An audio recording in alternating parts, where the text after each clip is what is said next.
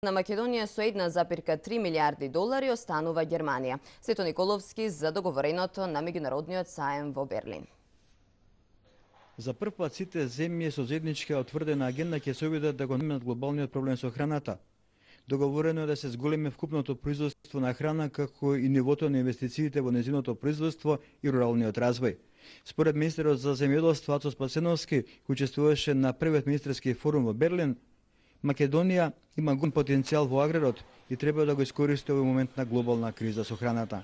Со растот на производството и со растот на цената на храната, ние во Македонија имаме шанса да оствариме поголеми приходи и тоа да помогне во вкупниот развој на Република Македонија. Учеството на Зелената недела беше добар момент и за директни средби со германски компании заинтересирани да инвестираат во Македонија.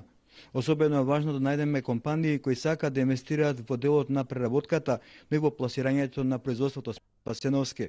Амбасадата во Германија, економските промотори се во постојана комуникација со германските бизнисмени, што резултираше со драстично зголемување на трговската размена. Зголемиот трговски обем е директен показател дека со Македонија може да се води бизнес и дека Македонија е вистинска дестинација во која што може да се инвестира.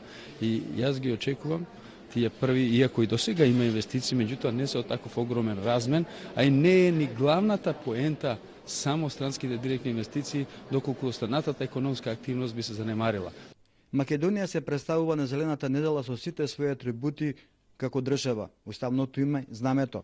Акцентот е ставен на 3 производи – виното, сирењето и ајварот, а целокупниот настап, како и досега, е поддржан преку проектот на ГТЗ.